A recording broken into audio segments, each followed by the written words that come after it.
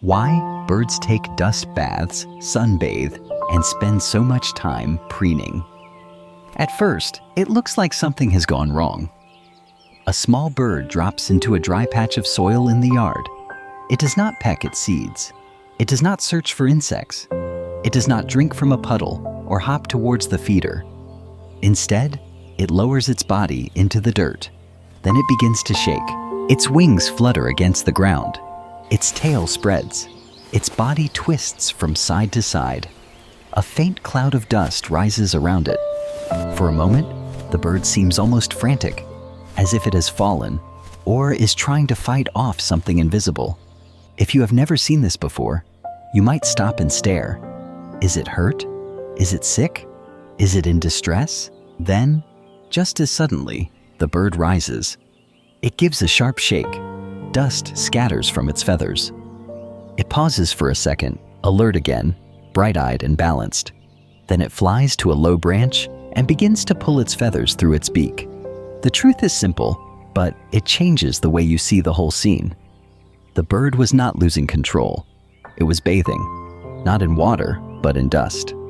And that strange little moment in the backyard is part of a vital routine in a bird's life. Because for birds, feathers are not decoration. They are not just color, softness, or beauty. Feathers are survival equipment. They are the difference between flight and falling, between staying warm and losing heat, between staying dry and becoming soaked, between blending into a hedge and being seen by a predator, between looking healthy enough to attract a mate and looking weak enough to be ignored. A bird's feathers are the system that makes its life possible, and that system requires constant care. This is why birds preen. This is why they roll in dust. This is why some spread their wings under the sun and sit so still that humans sometimes think they are ill. What looks like grooming is really maintenance. What looks like dirt may be a bath. What looks like stillness may be strategy. To understand this, we have to stop seeing feathers the way humans usually see them. When we notice a bird, we often notice color first: the red flash of a cardinal, the blue of a jay, the warm orange breast of a robin, the gray softness of a dove, the iridescent throat of a hummingbird. To us, feathers are often the beautiful part of the bird. But to the bird, beauty is only one layer of the story. Each feather has a job. The long flight feathers on the wings help create lift, control direction, and shape every turn through the air. The tail feathers act like a rudder and a brake, helping the bird balance, steer, land, and escape. Smaller contour feathers smooth the body into an aerodynamic shape. Down feathers trap warmth close to the skin. Some feathers help repel water. Some break up the bird's outline, helping it disappear into bark, leaves, shadows, or grass. Some send signals to other birds, revealing age, health, strength, or readiness to breed. A feather is light, but it is not simple. It is made of a central shaft with countless tiny branches spreading from it. Those branches connect with even smaller structures that help the feather hold its shape. When that structure is aligned, air moves over it properly. Warmth stays trapped. Water is more easily shed. The bird's body remains protected. But feathers do not stay perfect by themselves. Every day, a bird pushes through branches, brushes against leaves, squeezes into shrubs, escapes rain, endures wind, shakes off dust, faces parasites, lands on rough surfaces, and flies through air. A feather can bend. A barb can separate. Dirt can collect. Oil can build up. Tiny parasites can hide close to the skin. A wing feather can slip out of alignment just enough to matter. And when your life depends on flight, small damage is not small. A bird with poor feather condition may have to work harder to fly. It may burn more energy just to stay warm. It may struggle to shed rain. It may become more visible. It may lose speed in the exact moment when speed means escape. So every day, birds perform work that most humans barely notice. They preen. Picture a bird after feeding. Maybe it is a chickadee on a bare branch, a sparrow in a hedge, or a jay on the fence after a burst of noisy activity. For a few moments, it becomes still. Then the head turns. The beak reaches into the feathers. One wing stretches out. The tail fans open. The bird bends into a shape that looks almost impossible. It draws feathers through its bill one by one. This is not casual grooming. It is precision work. When a bird preens, it is realigning the tiny structures of its feathers. A feather that has separated can often be repaired by carefully pulling it through the beak, allowing the interlocking parts to reconnect. The bird is also removing dirt, flakes, and small bits of debris. It may be dislodging tiny irritants. It may be searching for parasites. It may be spreading protective oils across its plumage. Many birds have a small gland near the base of the tail, often called the preen gland. During preening, a bird may touch this area with its bill, gather oil, and then work that oil through its feathers. This does not make the bird magically waterproof, but it can help maintain feather flexibility, condition, and resistance to wear. The movements may look repetitive, but they are not random. The bird knows the map of its own body. It works the wing feathers that must open cleanly in flight. It cleans the tail that helps it steer. It reaches the breast, the back, the shoulders. It scratches its head with a foot where the beak cannot easily reach. Sometimes it pauses, fluffs, shakes, and begins again. In those moments, the bird may seem calm, even delicate, but it is doing something urgent. It is maintaining the machinery of survival. And sometimes, water is not the tool it chooses.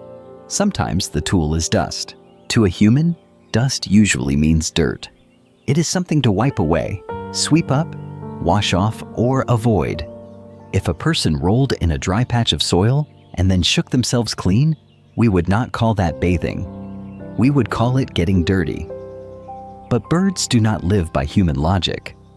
For many species, a dry patch of loose soil can be a useful place. A sparrow may drop into a bare spot beneath a hedge. A dove may settle into a sandy place near a path. A robin may use water one day and dry soil another. The bird lowers itself, flutters its wings, presses its body into the dust, and throws fine particles up into the feathers. The dust works into spaces that water may not reach in the same way. It can help absorb excess oil. It can loosen debris. It may make life harder for some parasites by disturbing them or changing the conditions close to the skin. Afterward, when the bird shakes and preens, dust, oil, and tiny particles may come away together. The bird is not trying to become dirty. It is using dirt to become functional. A behavior that looks messy may be a form of order. A patch of bare ground that looks neglected to us may be part of the hidden maintenance station of the yard. This is why some birds return to the same dusty places again and again. The dry corner under a shrub, the bare soil along a fence, the sandy edge of a garden bed, the patch where rain does not linger long. These places may look empty, but to a bird, they can be useful. A perfectly manicured yard may please human eyes, but a small wild corner can offer a place to bathe, hide, and keep feathers working. And dust is only one part of the routine. Sometimes birds turn to the sun. This behavior can look even more alarming. You may see a bird sitting on a fence, a roof, a patch of warm ground, or a low branch. Its wings are spread. Its tail may be fanned. Its feathers may look loose and open. Sometimes the bird tilts to one side, exposing a wing or part of its back to the sunlight. Its mouth may be slightly open. To a human observer, it may look weak, too still, too exposed, too strange. It is natural to wonder if something is wrong, but many birds sun themselves deliberately. Sunning can help warm the body, especially on cool mornings. It can help dry damp feathers after rain, mist, bathing, or heavy dew. It may also affect parasites. Heat and light can encourage some tiny pests to move around, making them easier for the bird to remove during preening afterward. The bird may look vulnerable, but it is using sunlight as a tool. Stillness does not always mean helplessness. Sometimes it means the bird is letting heat, light, and time do part of the work. After sunning, a bird may begin to preen carefully, That sequence matters. The sun opens the system. The beak follows. Warmth, dust, water, and preening are not separate curiosities. They are connected behaviors in the larger routine of feather care. And this routine changes from species to species. A house sparrow may find a dusty hollow beneath a hedge and vanish into a small storm of soil. Several sparrows may bathe near one another, each tossing dust into its feathers, then shaking and bursting upward into cover. A robin may step into shallow water and splash with surprising force, sending droplets over its back and wings. Afterward, it may retreat to a branch, puff up, shake, and begin to preen.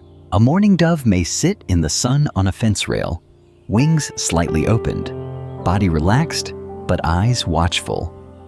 A jay may spend time after feeding or flying through trees, working its feathers with focused attention, pulling, shaking, stretching, and resetting itself after movement. A hummingbird may bathe in mist, wet leaves, or fine spray, then perch and preen with delicate precision. For a bird that beats its wings at astonishing speed, feather condition is not a detail. It is everything. Different birds use different methods, but the goal is the same. Keep the feathers working, because when feathers fail, the consequences can be severe. Flight becomes less efficient. A bird may need more energy to do the same movements. That matters because energy is one of the central currencies of wildlife. Every extra effort must be paid for with food, and food is not always easy to find. Poor feather condition can also affect insulation. A small bird does not have much room for error on a cold night. If its feathers cannot trap air properly, heat escapes faster. The bird must burn more energy to stay alive. In winter, that difference can be dangerous. Wet or damaged feathers can reduce protection from weather. Rain can become more than discomfort. Wind can cut deeper. Cold can reach the body faster. And then there is predation. A bird that cannot take off quickly, turn sharply, or fly cleanly through branches is at greater risk. The difference between escape and capture may be a fraction of a second. A wing beat, a turn, a gap in the hedge, a feather that holds, or one that does not. Feather condition can also affect breeding. In many species, feathers carry signals. They may show health, strength, maturity, or quality. A bird with worn or poorly maintained feathers may not look as strong to potential mates. Even when color is involved, beauty is not just beauty. It can be information. This is the quiet burden of being beautiful in the wild. Every feather has to work. A bird cannot hang its wings in a closet at night. It cannot replace a torn feather whenever it wishes. It has to live inside its equipment every moment of its life. It sleeps in it. It flies in it. It hides in it. It courts in it. It survives storms in it. So the maintenance never really ends. Preening after feeding, shaking after rain, bathing in water, bathing in dust, sunning on a branch, scratching, fluffing, stretching, realigning. These small routines are woven through the day, and once you begin to notice them, the backyard becomes a different place. The bird bath is no longer just a decoration. It is a service station. A shallow dish of clean water can become a place where birds splash, rinse, cool, and reset their feathers. But for many backyard birds, shallow matters. Safety matters. Cleanliness matters. A bird must be able to stand, escape, and see around itself. The dry patch beneath a shrub may be a dust bath. The native shrub near the fence may be cover after bathing. A quiet perch may be the place where the bird finishes the job. This does not mean every yard must be turned into a wild sanctuary overnight. It means that the small features humans overlook may matter more than we realize. A little clean water, a little dry soil, a little cover, a little distance from cats and constant disturbance. A few safe places to perch, shake, and preen. These are not dramatic gifts. They are ordinary conditions that allow ordinary birds to do necessary work. And perhaps that is what makes feather care so easy to miss. It rarely looks dramatic from a distance. There is no chase, no song swelling through the trees, no predator diving from above. Just a bird on a branch, slowly drawing feathers through its beak. Just a sparrow throwing dust over itself. Just a dove opening its wings to the sun. But the quietness of the behavior does not make it less important. In fact, that may be the point. Much of survival is not dramatic. It is maintenance. It is repetition. It is the daily labor of keeping the body ready for whatever comes next. A bird does not know when the next storm will arrive, when a hawk will pass overhead, when a cold night will demand every bit of insulation it can gather, or when rain will soak the hedge. So it prepares in small ways, again and again. A pull of the beak, a shake of the wings, a roll in the dust, a stretch in the sun. From the outside, these actions may seem simple, but inside them is a deep kind of intelligence. Not the kind that speaks in words, but the kind written into bodies by generations of survival. So the next time you see a bird doing something strange in your yard, pause before you decide what it means. A bird rolling in dust may not be dirty. A bird sitting with open wings may not be helpless. A bird spending long minutes with its beak buried in its feathers may not be resting. It may be repairing the delicate system that allows it to live.